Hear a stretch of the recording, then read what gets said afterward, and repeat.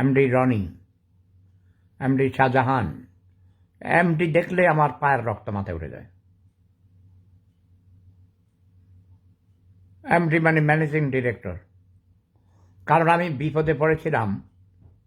আমি যখন প্রথম আসছিলাম এই দেশে, ইউরোপে, আমার পাসপোর্টের মধ্যে লেখা ছিল এমডি, মায়াবিনী ওয়েলকাম। তখন এমডি মানে এরা মনে করছে আমি ম্যানেজিং ডিরেক্টর।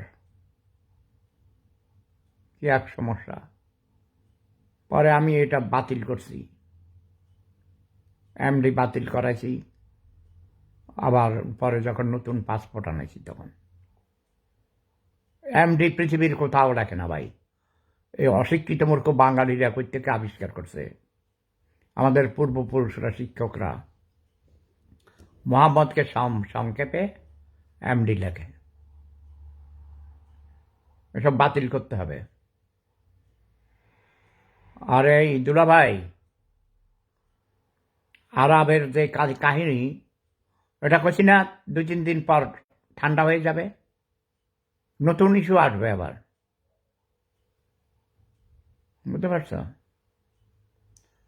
এগুলো সরকারি লোকরা বিপ্লব থেকে মানুষের দৃষ্টি অন্যদিকে ঘুরাবার জন্যে এইসব নতুন নতুন এইসব এক একটা ইস্যু দাঁড় করায়।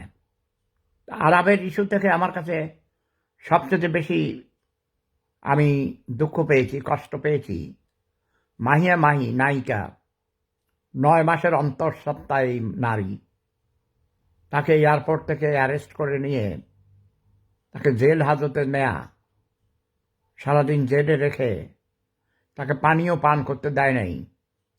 যদি তার বাচ্চার যদি কোনো ক্ষতি হয়, এই সরকারকে তার ক্ষতিপূরণ দিতে হবে, হাসিনা সরকারকে। ও মহিলা কি পালাইতো? তার বিরুদ্ধে মামলা আছে বললাম। 9 মাসের অন্তঃসত্ত্বা একটা নারী, সে তো নিজেই এসেছে। তাকে চিঠি দিলেই সে এসে দেখা করত পুলিশের সদর দপ্তরে অথবা ডিবির অফিসে। Alamin Patwari welcome, Saddam Hossain Mithu welcome, StreamYard, যারা গরিব তারা এমডি লিখে। ইয়েস, গরিব এভাবে বলবে, গরিব দীর্ঘইকার, বুঝছ? রয়ের পরে দীর্ঘইকার দিয়ে লিখবা, গরিব, দীর্ঘ ই। অশিক্ষিত মূর্খ ছোট লোক, গরিব, গরিব। ঠিক বলেছে কিনা? আমি মনে করি আমাদের গোয়েন্দা বাহিনীর ব্যর্থতা। পুলিশ হত্যা করেছে, পুলিশকে হত্যা করে পেট্রোল দিয়ে পুড়িয়ে ছাই করে দিয়ে সেই হত্যাকারীরা দেশ থেকে পালিয়ে যায়। তারপর তারা প্রবাসী থেকে আন্ডারওয়ার্ল্ডে গিয়ে বড় ভাইদের, গডফাদারদের আশ্রয়ে থেকে কোটি কোটি টাকার মালিক হয়। আবার সেটাকে তারা নিজেদেরকে জাহির করার জন্যে সো কল সেলিব্রিটিদেরকে নিয়ে যায়। হিরো আলমকে নাকি বলে সেলিব্রিটি, দিঘি নাকি সেলিব্রিটি। আরেকটা ওই ক্রিকেটের কাঠের গোল বল বানাইয়া কাঠের লাঠি দিয়ে পিটায়, এটা নাকি সেলিব্রিটি হয়। অশিক্ষিত মূর্খ ছোট লোক, গরিব। আচ্ছা, এইসব ফকিন্নিরা যদি সেলিব্রিটি হয়, তাহলে তো ভাই তোমরা আমার নাম কেটে দাও, আমাকে সেলিব্রিটি বলবে না, ওয়ার্ল্ড সেলিব্রিটি বলবে না প্লিজ। হ্যাঁ, যেমন মুক্তিযোদ্ধার লিস্টে অশিক্ষিত মূর্খ মিথ্যক ধোঁকাবাজ রাজাকার আলবদর আলসামদেরকে মুক্তিযোদ্ধা ভাতা দেয়, মুক্তিযোদ্ধার লিস্টে নাম লেখছে। আমি বলেছি আমার নাম মুক্তিযোদ্ধার লিস্ট থেকে কেটে দাও। মুক্তিযোদ্ধা মন্ত্রীকে বলেছে আমার নাম লিখবে না, আমার পবিত্র নামকে তোমরা অপবিত্র করার অধিকার নাই, তোমাদের সেই অধিকার আমি দেই নেই। কাজেই আমি কোনো ভাতা নেব না। আমি ভিক্ষা করার জন্য মুক্তিযুদ্ধে যাই নেই, সার্টিফিকেটের জন্য ভাতার জন্য যাই নেই। আমার বড় ভাইও নেয় না। আমরা 5 ভাই মুক্তিযোদ্ধা ছিলাম, 4 ভাই মুক্তিযোদ্ধার লিস্টে নাম ওঠাই নেই, ভাতা নেই না। 1 ভাই মরে গেছে, তার বিধবা স্ত্রী, তার ছেলেরা নাম উঠেছে, ভাতা খায়। তাদের দরকার, তারা গরিব, তাই তাদের টাকার দরকার, তারা পায় ভাতা। আমি কখনো ভাতা নেই না, নিবও না। অনেকবারে পান না তাই খান না, নাম উঠাইতে পারে নাই তাই নেয় নাই।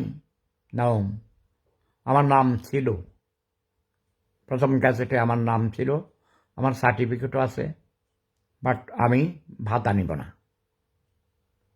শফিকুল ইসলাম, ওয়েলকাম। দুলা ভাই, তুমি তো বড় সাংবাদিক, তুমিও মুক্তিযোদ্ধা ছিলে, তুমি কি ভাতা খাও? ভাতার জন্য মুক্তিযুদ্ধে গিয়েছ? গরিব, ও গরিব দুলা ভাই। ভাই আমি ক্লান্ত, আমার বড় ভাই অসুস্থ, হাসপাতালে, মৃত্যুর সাথে পাঞ্জা লড়ছে। আমিও খুব দুর্বল, অসুস্থ। আমি এখন কিছু খাবো, রাতের খাওয়া খাই নেই। আমার ডায়াবেটিস বেড়ে গেছে, জন্য রেখেছে স্ট্রিম ইয়ার্ড। অস্ট্রিয়াতে আজ ওয়েদার কেমন? এখানে বসন্ত আসছে, কবিতার সিজন। হ্যাঁ, আমাদেরও বসন্ত এসে গেছে। কবিতা আমরা, এই তুমি কোথায় থাকো তুমি জানো তাইলে? আমরা বসন্তকে স্বাগতম জানাই।